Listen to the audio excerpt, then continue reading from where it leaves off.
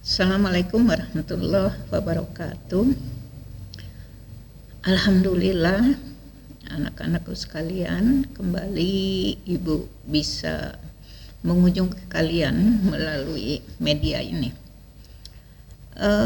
Di penghujung bulan Agustus ya, setelah 4 kali Ibu bisa mengunjungi kalian, mungkin Ibu akan membuat dulu ringkasan tentang yang namanya dasar-dasar hukum dalam pelaksanaan dakwah. Di sini akan disampaikan ada 3 surat. Ya, tolong kalian juga catat landasan hukumnya, yang terutama mengapa kita melaksanakan dakwah. Jadi 3 surat dan 1 hadis yang diriwayatkan oleh Imam Muslim dan Abu Dawud. Nah, itu diantaranya. Jadi mohon maaf, mungkin Ibu sebelum ke sana itu akan mengambil dulu ringkasan dari apa yang telah Ibu berikan di 3 pertemuan terdahulu. Sekali lagi bahwa yang namanya dakwah itu adalah tugas bagi kita semua, karena kita memiliki kewajiban untuk menyampaikannya. Adapun sepernah Ibu katakan, ketika kita telah menyampaikan dakwah itu diterima atau tidak, dia merubah atau tidak sikapnya, itu adalah terserah kepada Allah. Sebagaimana yang Ibu kutip dalam surat Ali Imran ayat 20, bahwa Allah telah berfirman, a'udzubillahi minasyaitonirrajim, wa in tawalau fa innama alaikal balagh. Kalaulah mereka itu berpaling, ya, artinya tidak menerima, mengabaikan, maka Allah mengatakan kewajiban kamu hanya untuk menyampaikan. Pernah kan Ibu sampaikan ya? Jadi tugas kita yang menyampaikan, itu terserah dia mau menerima atau tidak. Nah, oleh sebab itu anak-anakku sekalian, tidak henti-hentinya kita untuk bisa memberikan, menyampaikan kebenaran syariat, akidah, akhlak di dalam Islam itu kepada siapa saja sepanjang kita untuk mampu menyampaikannya. Sebagaimana juga sudah disampaikan terdahulu, bahwa istilah di dalam dakwah itu, ya, setelah Ibu mengambil ringkasan itu ada 6. Nah, ini ya untuk kesimpulan dari pelajaran yang lalu. Hanya mungkin di sini istilah-istilahnya yang baru. Yang pertama adalah tabligh ya. Tabligh yaitu menyampaikan sebagaimana kalian lihat di surat Al-Maidah ayat 67. Penyampaiannya sehingga orangnya disebut mubaligh, dai gitu ya, ketika menyampaikannya. Yang kedua yaitu dengan cara khutbah dan orangnya disebut khotib. Biasanya misalnya pada yang biasa sholat Id, baik Idul Fitri, Idul Adha, atau yang biasa umum yaitu setiap hari Jumat ada khotibnya gitu ya.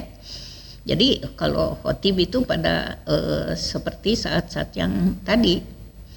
Yang ketiga nasihat. Nah, ini juga sudah Ibu sampaikan. Nasihat itu kita berikan bisa misalnya dari seseorang yang guru kepada siswanya, orang tua kepada anaknya, atau mungkin yang lebih tua kepada yang lebih muda, untuk bisa merubah misalnya pada hal yang lebih baik, memperbaiki kekurangannya. Yang keempat disebutnya bentuknya itu istilahnya fatwa.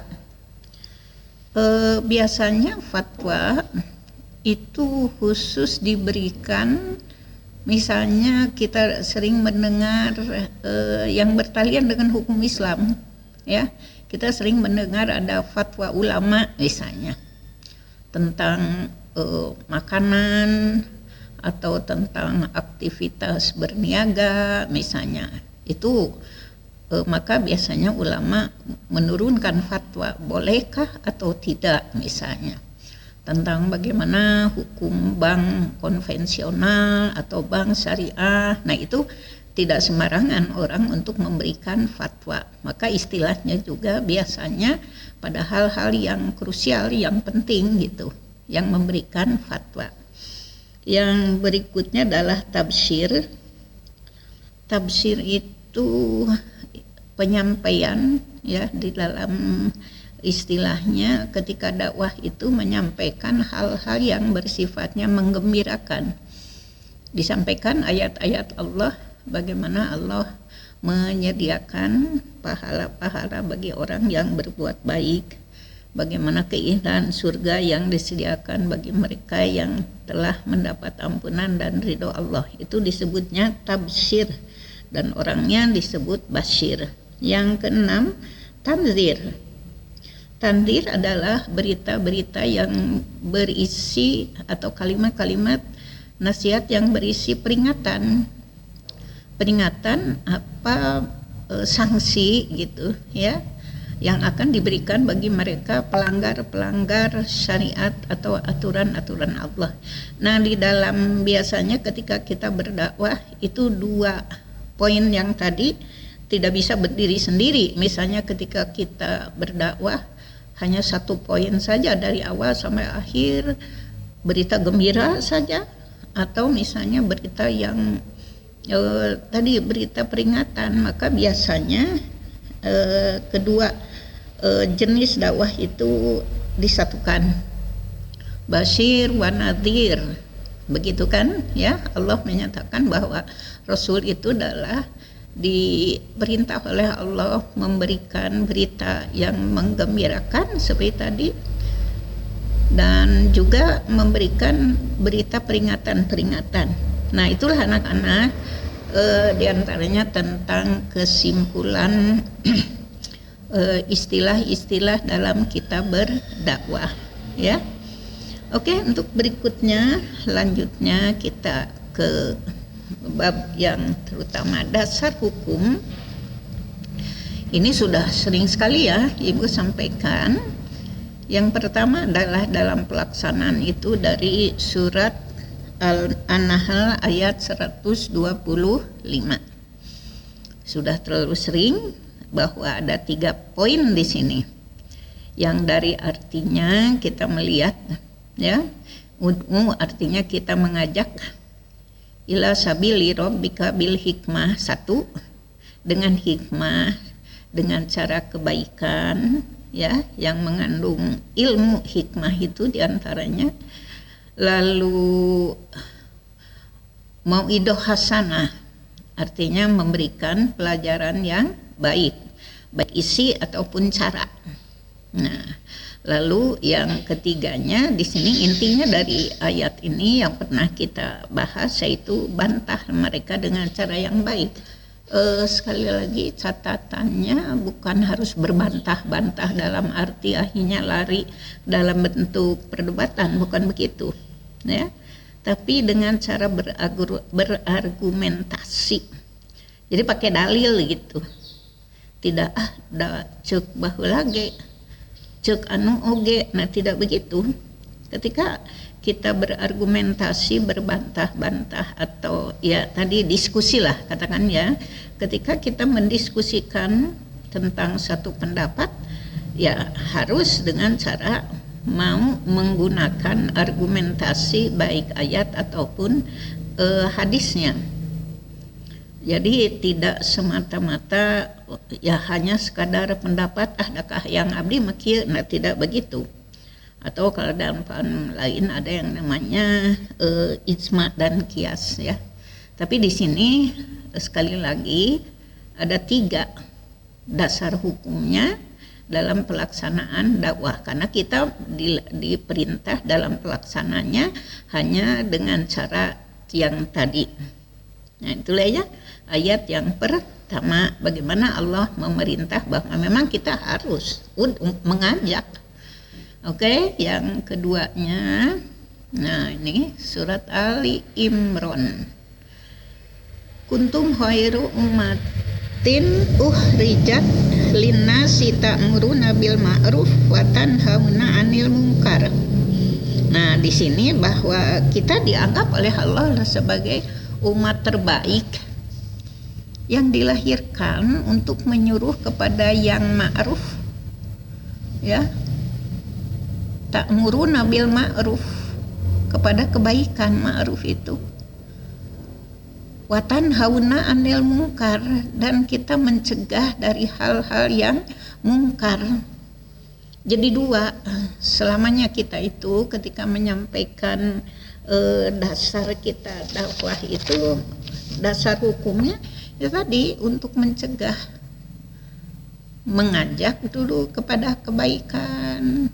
Makanya tadi disampaikan bahwa inilah ketika kita berbuat baik, ini diantaranya pahala yang Allah sediakan dan akan mencapai ketenangan hidup, mencapai kebahagiaan. Bahkan kebahagiaan itu akan kita raih tidak semata di dunia, tapi insya Allah sampai ke akhirat kelak.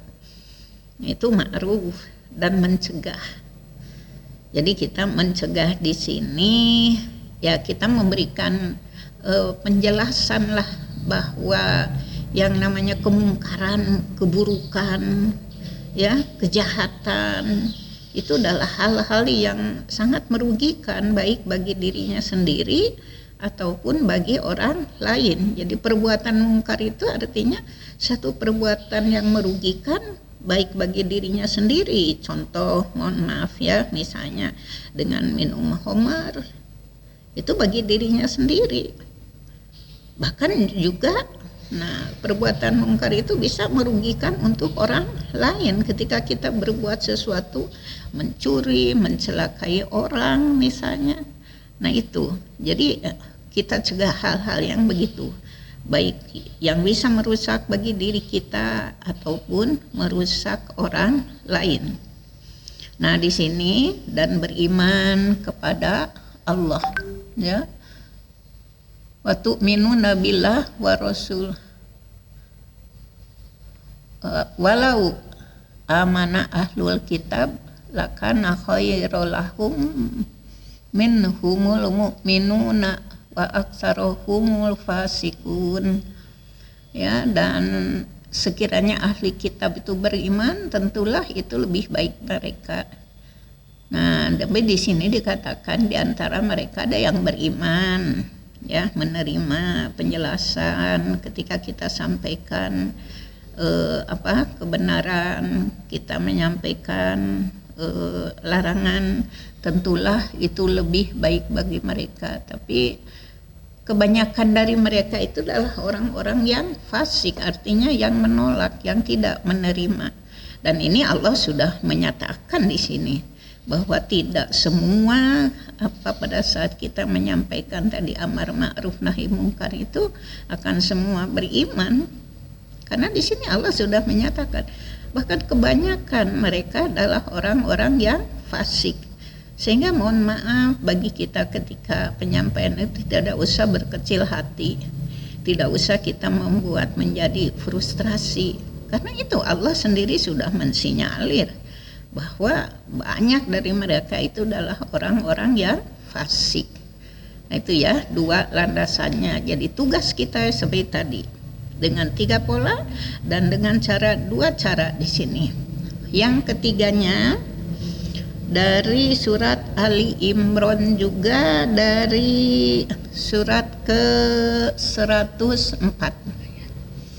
Nah di sini Allah menyatakan wa takum minkum ummatu yad'una ilal khair wa ya'muruna bil ma'ruf wa yanhauna 'anil munkar wa ulaika humul muflihun. Nah ini perintah kan, dan hendaklah ada di antara kamu segolongan umat yang menyeru kepada kebaikan. Nah, itu kebajikan ya, kebajikan. Di sini bisa diarti kebaikan. Menyuruh kepada yang ma'ruf, kembali lagi dari ayat yang tadi, mencegah dari yang mungkar. Nah, jadi begini ya, ada pendapat bahwa kewajiban beramar ma'ruf nahi mungkar itu adalah fardu kifayah. Ya sudah, kalau tidak semua orang harus berdakwah, fardu kifayah. Tapi kalau kita kembali merujuk kepada yang dulu sudah Ibu sampaikan, bahwa kita itu harus menyampaikan balighu ani walau ayah, sampaikan dari kami sekalipun hanya satu ayat. Kalau melihat merujuk pada hadis itu jelas bahwa tugas dakwah itu kita melihat fardu ain. Setiap orang itu berkesempatan dan harus bisa menyampaikan. Sehingga ada pendapat ketika orang membaca ayat dari surat Ali Imran ayat 104 ini mengatakan toh kalau sudah ada ya orang ya di antara katanya. Nah, di sini ada pengantaran, hendaklah ada di antara kamu segolongan umat. Ya kalau sudah ada katanya ya sudah aja, sehingga mengatakan ya tadi fardu kifayah. Nah, tidak demikian kenyataannya. Ya, bukan toh sudah ada, karena Allah juga di sini ya sudah, kalau sudah ada di antara kamu, kalau sudah ada ya sudah saja, yang lainnya tidak usah. Tidak, kita kembali di sini ya supaya kita itu mempunyai kewajiban untuk mau menyampaikannya. Kenapa?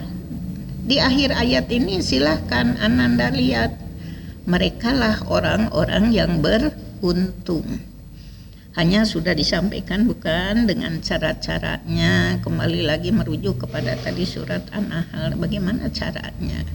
Maka mereka termasuk ya kita yang mau melakukannya itu, insya Allah Allah menjanjikan yang mau berbuat itu termasuk orang-orang yang beruntung. Nah, itu landasannya dari 3 ayat ya. Yang berikutnya, nah di sini dari hadis riwayat ya dari Muslim, Abu Daud dan Tirmidzi. Nah, di sini agak mungkin insya Allah ya agak ini juga penjelasannya. Man ro'a, barang siapa yang melihat, minkum di antara kalian, munkaron, melihat sesuatu kemungkaran. Nah, seperti tadi ya, keburukan, wal yughayyiru biyadih, maka hendaklah ia mengubah dengan tangannya. Fa ilam yastati, kalau dia tidak mampu, fa bilisanihi, maka hendaklah dengan lisannya. Fa ilam yastati, dan jika juga dia tidak mampu dengan lisannya, fa biqalbihi, maka dengan hatinya. Wadzalika ad'aful iman. Tapi nah, yang begitu itu adalah disebutkan selemah-lemahnya iman. Jadi begitu tegas sekali ya. Di sini ketika kita melihat ketidakbenaran itu ada 3 langkah gitu. Rasul telah bersabda. Yang pertama tadi, maka hendaklah dengan mengubahnya dengan biadih. Biadihi di sini adalah dengan tangannya. Mohon maaf anak-anakku sekalian, ketika kita melihat kemungkaran dan kita merubah maksudnya di sini dengan tangan, cek Sunda mana lain kudu digaplok, lain kudu dicabok, lamun ningali jelema teu bener teh karena dia berbuat mungkar misalnya. Bukan begitu. Tapi ada pengertian di sini dengan tangan itu adalah dengan kekuasaan. Jadi ketika dia mampu, wajar misalnya ketika seorang pemimpin menegur kepada bawahan gitu, karena dia memiliki kekuasaan untuk berbuat begitu. Atau misalnya yang sederhana dari orang tua kepada anaknya, dari guru kepada siswanya karena posisinya. Nah itu yang mengartikan begitu, yang disebut biyadihi itu. Jadi mengubah dengan tangannya itu maksudnya ya. Jadi tolong jangan diartikan bahwa mengubah dengan tangannya itu adanya gerak tangan. Kayak tadi tetenggel, cacabok, ngegebung misalnya, bukan itu. Mohon maaf ya, bukan itu, tapi ada pengertian mengubah dengan tangan, yaitu ketika dia memiliki kekuasaan. Oke, itu. Jadi insya Allah ya, ketika misalnya di lingkungan sekecil apapun, misalnya di tingkat Pak RT, wajar lah ketika menegur warganya yang tidak mau melakukan misalnya bersih-bersih lingkungan di mana sampah berserakan misalnya, dan itu bisa saja ya, itu diantaranya mengubah dengan tangan. Terus apabila tidak mampu dengan lisan, nah ini melalui yang seperti tadi, bisa melalui ceramah, bisa melalui tabligh gitu dengan lisan, atau dengan nasihat, pendekatan secara dari hati ke hati gitu. Diajak dialog ya, dengan cara diajak berbicara ya akan lebih mudah. Misalnya kita sebelum ke inti permasalahan, kita ajak dulu ngobrol misalnya bahwa ya perbuatan begitu tuh rasanya begini-begini ya, apa akibatnya, apa efek negatifnya. Nah itu dengan lisan ya. Atau ternyata misalnya ketika kita melihat keadaan yang kurang baik itu dilakukan oleh mereka-mereka yang punya power, mereka yang punya posisi, sementara mereka itu berbuat begitu gitu, aduh ini nggak benar, ini merusak ya, melanggar aturan dan syariat. Kita tidak punya kekuasaan, pembicaraan kita pun, lisan kita pun tidak akan didengar. Nah di sini ya sudahlah, maka dikatakan di sini fa ilam yastati fabikol bihi, ya udahlah dengan hati aja. Bagaimana cara dengan hati? Ya kata kita satu-satunya jalan, mudah-mudahanlah kita doakan saja misalnya ya, kita doakan semoga Allah bisa merubah, menggerakkan hatinya supaya dia berbuat, bisa merubah perbuatannya itu gitu. Mungkin itu diantaranya ya yang dengan hati. Tapi ingat, Rasul mengakhiri sabdanya wadzalika adaful iman, tanu kitu teh gitu, selemah-lemahnya iman ya, tapi paling tidak kumaha atuh gitu ya. Kita tidak punya kuasa, lisan kita tidak akan didengar, siapa sih lu itu istilahnya sih sekarang ya. Ya udahlah, diantaranya sekalipun kita dikatakan adaful iman, pokoknya mah dina hati kita nggak setuju aja gitu perbuatan begitu ya, paling tidak kita berdoa aja, udah kita serahkan, semoga Allah merubahnya kelakuan dan perbuatan mereka-mereka yang begitu itu. Nah itulah ya, jadi pada saat kita melakukan tadi tugas kita sebagai dai untuk mengajak, untuk menyeru, untuk menghimbau, tadi diantaranya ya. Jadi itulah diantaranya landasan dasar hukum pada saat kita melaksanakan dakwah, yang tujuannya tiada lain adalah untuk mengajak, menyeru orang itu dari hal yang kurang baik menuju hal yang lebih baik, mencapai kebahagiaan, ketenangan di dunia, dan insya Allah ke akhirat kelak.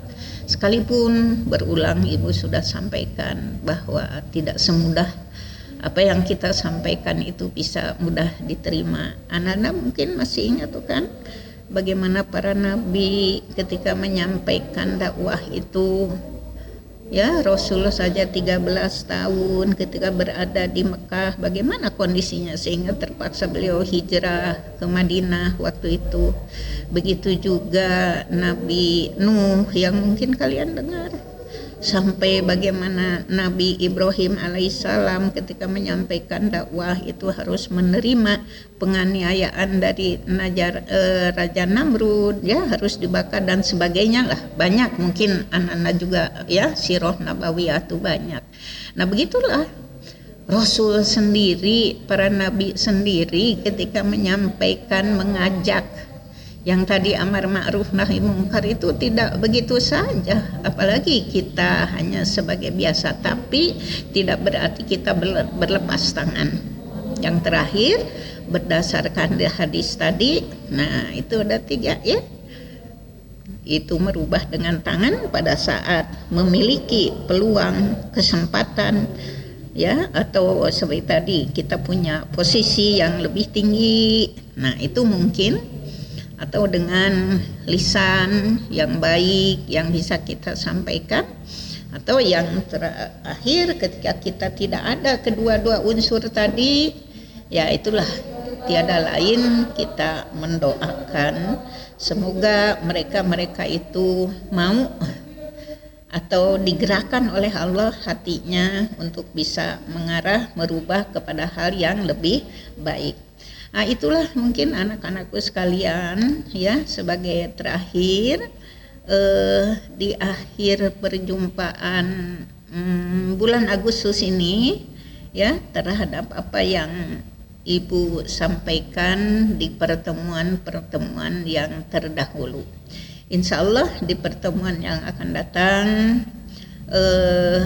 kebetulan ya ada buku acuannya, anggap saja untuk kedepannya kita melakukan yang namanya seolah-olah bedah buku tentang yang namanya masalah dakwah, berikut metodenya. Sebenarnya selintas sudah dulu ya, tapi mungkin perlu kita merinci kembali.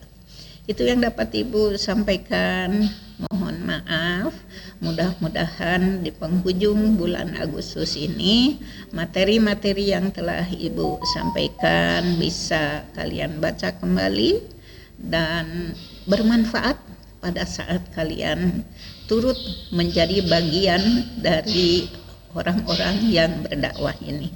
Sekali lagi Ibu mohon maaf, mudah-mudahan ada guna serta manfaatnya. Aku qauli hadza wa astaghfirullah li wa lakum. Assalamualaikum warahmatullahi wabarakatuh.